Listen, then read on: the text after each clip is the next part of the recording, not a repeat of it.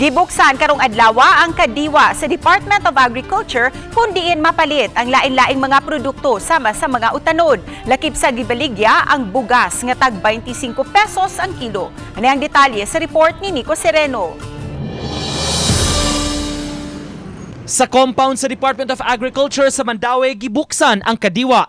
Katuyuan niini, mapaduol sa katawhan ng mga produkto nga baligya sama sa mga utanon, mga lamas ug mga prutas. Duna sa lain-laing produkto sa mga kooperatiba gikan sa lain-laing lugar. Sama nining usa nga mibaligya sa mga organic nga produkto sama sa malunggay ug turmeric powder nga mga capsule. Ang grupo sa mga mushroom growers mipakita sab sa ilang mga produkto sama sa oyster mushroom ug mushroom chicharon. Kami sir is cooperative me. What we're doing is we are giving free training for our farmers nato sabi ang mga growers natin is nasa Dumanghog, Karkar, Constellation, sa Sugod, and then sa Marine City. Tabang po siya sa mga farmers sir ba na ma-promote atong mga products kanya para ma-reach out sa nato ang mga customers na nagkinahanglan sa ato ang mga product.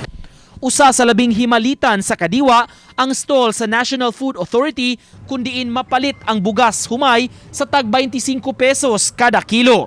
Apan limitado ra sa tag 5 ka kilo ang mapalit sa kada customer aron mahatagan sab og kahigayunan ang uban nga makapahimos niini. Ang tindera nga si Felider misigurong makapalit sa maong bugas kay bintaha kuno ang ingon ani nga presyo. Oh, 5 ra ang pwede.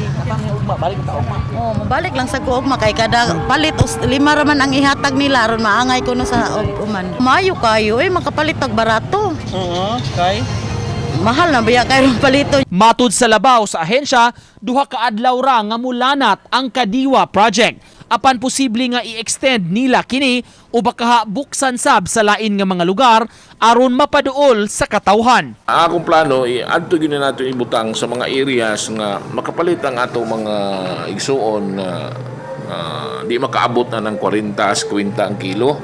Adto sa mga areas nga duol sa ato ang mga igsuon. Uban ni Rod Prado, Nico Sereno, Balitang Bisdak.